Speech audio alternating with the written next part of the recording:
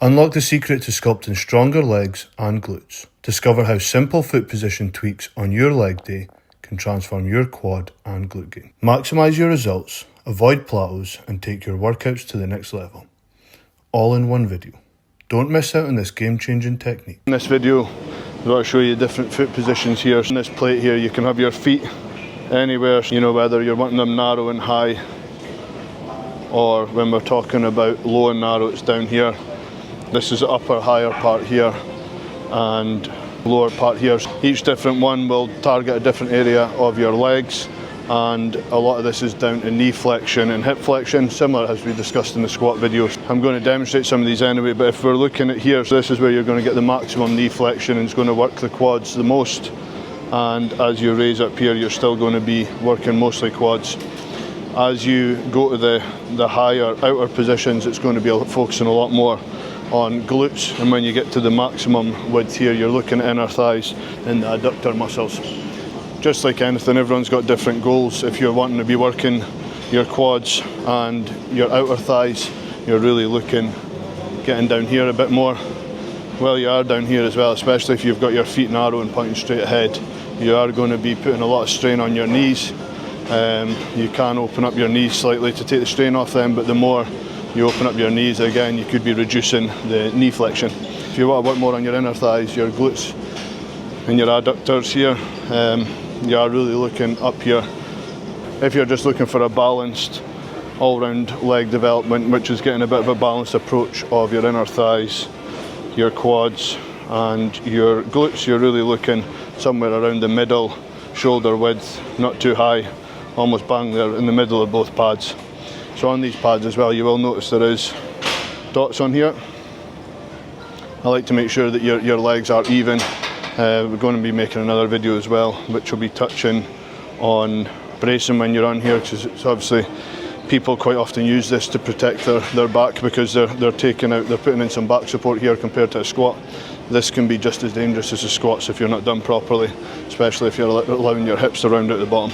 You have here, this is the lowest I can get with my feet on there, and my feet are almost touching. This is going to give me the maximum knee flexion.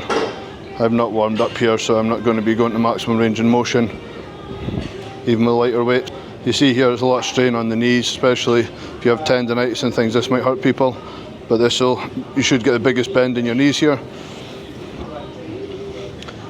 If you're looking at higher part here, again, a lot of knee flexion. It's going to be less glutes and less adductors in these two positions. Again, with these positions, you want to be getting the maximum range of motion you can without hurting yourself. As I discussed previously, if you're getting a lot of strain on your knees, you can open your feet up slightly.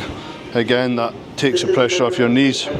You will take some of the strain off your knees, but you are also taking it away from your quads a little bit as well. Something to be mindful of. The last time I done heavy weights with the very narrow position, I ended up hurting my knee slightly, so I try and avoid that. But it is perfectly safe to do. Warm up with light weights and just keep adjusting, and you can just keep moving your feet out there till you get comfortable. You will find as well that you will get bigger range of motion with a wider foot position, but again, you are taking some of the tension off of the quads there, and you are bringing other muscles in. It depends on your goals. Same with if you're going up here. This is the position I talked about, which you're going to get a lot more adductors and you're going to be getting a lot more glute involvement. Anything that's got hip hinging in it will have a degree of hamstrings as well, but for the leg press I don't like to speak too much about the hamstrings, because I think if you want to work your hamstrings, you can do stiff leg deadlifts or hamstring curls, for example. The biggest ones worked here will be your glutes, your adductors stabilising your legs, adductors stabilising your legs, and your quads will still get it as well. For a balanced approach there, you can sit somewhere in the middle of the pads, about shoulder width, and that should give you a good balanced approach to your quads, adductors and your glutes. One of the things I will notice on the leg press is quite often people who have not been working much adductors, they will start collapsing their knees in like this as they're pressing. That is very, not a safe position to be in. Also very weak positions. You want to be focusing on pushing your knees out but not wearing the joints in evenly. You just want to be keeping them nice strong position, holding out the way. If you can't hold that position, some people struggle with that position even with the lighter weights, I'd suggest using a hip circle. Put the hip circle around and focus on pushing it outwards as you go down. Another one to consider as well is if you've been getting a lot of knee injuries and you're having problems with your back and your hips, one of the things I like to do is with the leg that's not working, I brace this on the bar here. I make sure the stopper's in place so this can't come down and chop your leg. And I put my one foot here using the unilateral leg press. Make sure my back's nice and neutral and flat against the pad. Once I'm on there, I'm pulling my hips into there, but I'm also pushing it with my left leg. On this, because you're not fixed in one position, I can move my body in any position I want to make sure it takes the strain off my hips and also minimises the impact on my knee.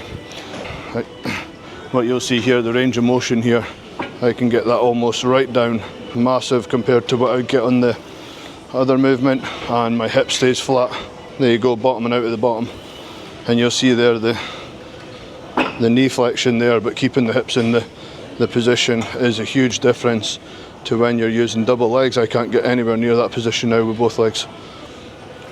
You'll also notice if you're wanting a good balanced leg development and strength, that using legs individually can be a massive benefit. But like anything, I would advise that if you swap between unilateral and bilateral movements. So if you're looking for just all-round development, what I would suggest doing is coming on here when the gym's quiet, put a light weight on and just play around with all these different foot positions. So if you start with the lateral, get a good feel for that, and then try the same position with 2 feet, get a good feel for that. Try the narrow low position, a little feel for that, see where it's working. You can always put your hands on your quads to see where you can feel it, and then move to the lower wider one, swap to the higher wider one, and then higher narrow one again. Each time just having a little feel around to see where you can feel it. Maybe do 3 or 4 reps in each one just to get a good feel, or maybe a set in each one. Hope that was helpful. Give it a try and let me know how you think.